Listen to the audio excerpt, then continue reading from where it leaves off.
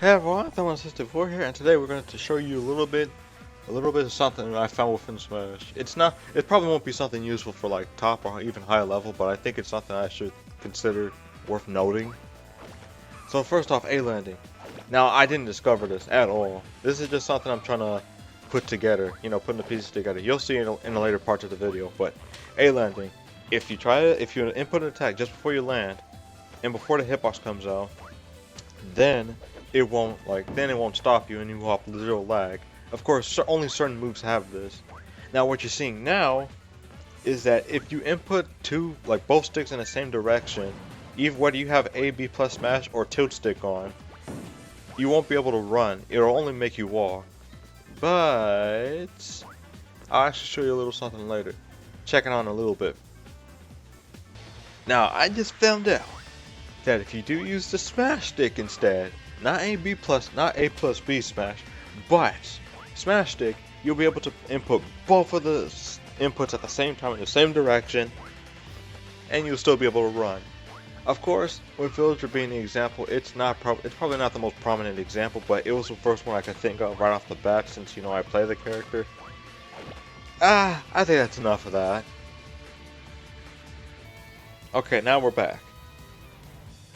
Now, we're going on to the other thing.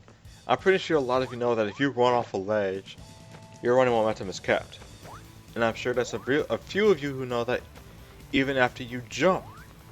And if you land, it doesn't matter which stick or which direction you're holding it in. As long as you're doing it just before you touch the ground, all the running momentum is kept, even after jumping. Now a little bit later, you'll also see that even with foot stalling, okay, not the big footstool, or some people call it the phantom footstool, but the short hop footstool.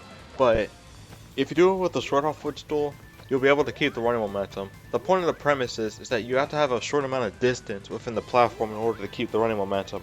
Otherwise, you'll just end up walking, like so.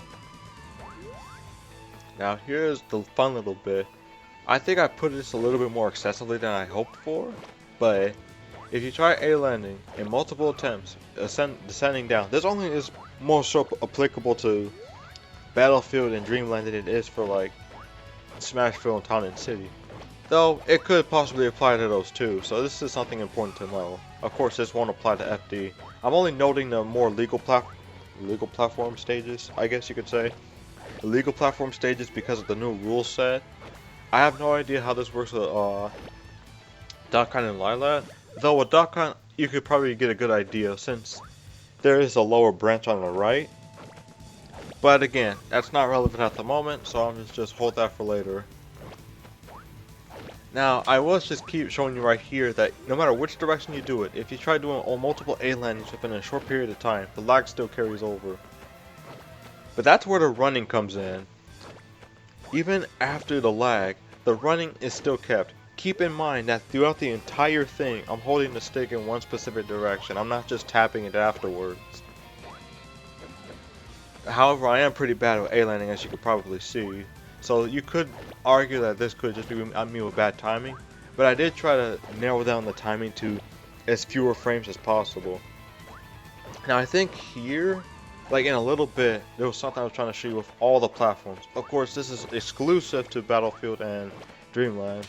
If you A-land, even after going through all these running momentums, at least that's what I want to call it, if you keep running off the ledge, for some reason all the lag from the second A-landing is still going to be kept, as well as the running from the stored. That is stored. I find it interesting. I hope you did too. Follow me on Twitter.